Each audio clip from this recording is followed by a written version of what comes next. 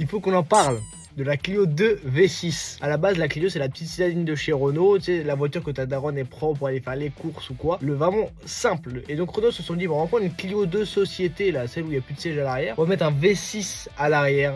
Propulsion. La voiture est monstrueuse. Pour se rendre compte des proportions, c'est comme si on mettait un moteur de Twingo, on va me dire un 1,2 litre 16V, dans un kart avec un châssis qui fait 50 kg maximum. Faut se rendre compte de la disproportion totale. La Clio V6, elle a été produite de 2001 à 2005. Et donc pour la phase 1, on avait Tom Walkinshaw Racing, donc au Royaume-Uni, qui s'occupait de la production, donc de 2001 à 2003. Et ensuite, c'est Renault Sport qui a repris les rênes pour la phase 2 et qui a sorti ça de 2003 à 2005 dans la logique des choses. Donc la phase 2 fait vraiment beaucoup plus production réelle que la phase 1. C'est vraiment une différence notoire entre les deux quand même. Sous le capot, enfin non, plutôt derrière toi dans la logique des choses, on a le fameux V6 PRV, stroke à 3 litres pour 230 chevaux en phase 1 et 255 en phase 2. Un 0 à 100 un petit peu plus de 5 secondes et 245 km/h de vitesse maximale. Ce qui rend le tout unique réellement, c'est le fait que ce soit une Clio à la base, les gars. C'est un 1,5 litre DCI dedans normalement. Par contre, quand je vous dis que c'est une voiture qui finit dans les fossés, dans les arbres, etc., c'est vraiment pas une blague. C'est une voiture qui ne pardonne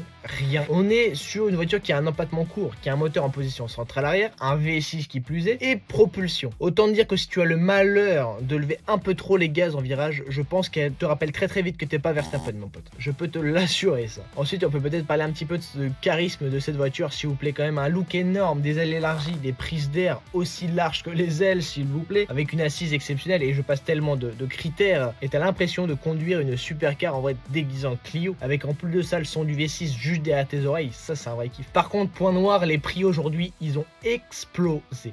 Une phase 2, 9, ça valait 39 700 €. Ça valait 40 000 €. Aujourd'hui, ça en vaut 60 000 minimum. Et une phase 1, c'est un peu plus abordable à 45 000 € minimum. Autant dire que ça, c'est des exemplaires qui a un petit peu roulé, etc.